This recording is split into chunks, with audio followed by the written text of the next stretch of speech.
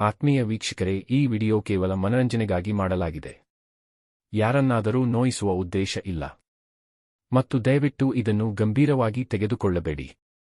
ಉತ್ತಮ ಧ್ವನಿ ಅನುಭವಕ್ಕಾಗಿ ದಯವಿಟ್ಟು ಹೆಡ್ಫೋನ್ ಹಾಕಿಕೊಳ್ಳಿ ಮತ್ತು ನಿಮ್ಮ ಸುರಕ್ಷತೆಗಾಗಿ ಇದು ಅತ್ಯಗತ್ಯ. ನಿಮ್ಮ ಮನೆಯವರ ಕೈಯಿಂದ ಚಪ್ಲಿ ಅಥವಾ ಪೊರಕೆ ಏಟು ಬಿದ್ರೆ ದಯವಿಟ್ಟು ನನ್ನ ಕೇಳಬೇಡಿ.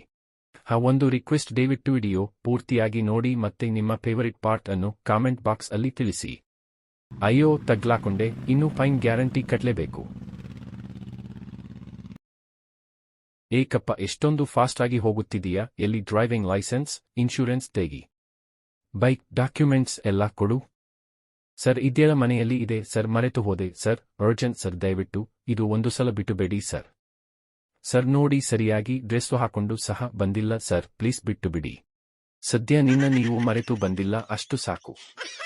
ಸರಿ, ಏನೋ ಪಾಪ ಅರ್ಜೆಂಟ್ ಅಂತಿದೀಯಾ, ಇದು ಒಂದು ಸಲ ಬಿಟ್ಟು ಕಳಿಸ್ತೀನಿ, ಆದರೆ ಬೈಕ್ನ ನಿಧಾನವಾಗಿ ಹೊಡಿಸು, ಅರ್ಥ ಆಯ್ತಾ? ಅರ್ಥ ಆಯ್ತು ಸರ್, ತುಂಬಾ thanks. A few moments later.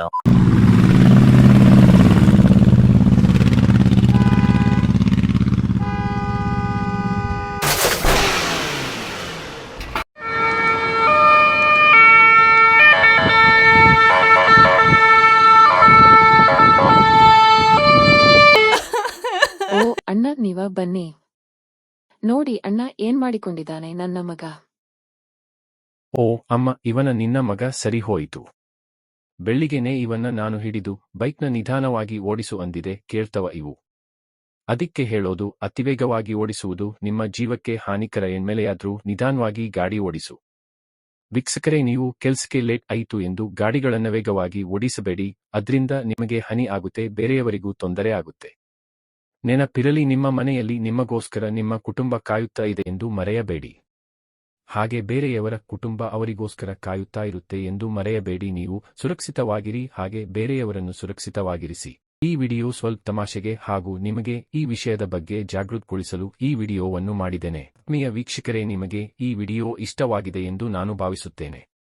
ನಿಮಗೆ ಈ ವಿಡಿಯೋ ಇಷ್ಟವಾದರೆ ದಯವಿಟ್ಟು ಲೈಕ್ ಬಟನ್ ಅನ್ನು ಕ್ಲಿಕ್ ಮಾಡಿ ಹಾಗೂ ಚಾನೆಲ್ಗೆ ಹೊಸದಾಗಿ ಬಂದಿದ್ದರೆ ಸಬ್ಸ್ಕ್ರೈಬ್ ಬಟನ್ ಅನ್ನು ಕ್ಲಿಕ್ ಮಾಡಿ ಮತ್ತು ಪಕ್ಕದಲ್ಲಿರುವ ಬೆಲ್ ಐಕಾನ್ ಅನ್ನು ಕ್ಲಿಕ್ ಮಾಡಿ. ನನ್ನ ಹೊಸ ವಿಡಿಯೋ ನೋಟಿಫಿಕೇಶನ್ ನಿಮಗೆ ಸಿಗುತ್ತೆ. ಅಲ್ಲಿವರೆಗೂ ನಗುನಗುತ್ತಾ ಇರಿ, ನಗ್ತಾ ಇರಿ, ನಗಸ್ತಾರಿ. ಜೈ ಹಿಂದ್, ಜೈ ಕರ್ನಾಟಕ ಮಾತೆ, ಜೈ ಶ್ರೀರಾಮ್.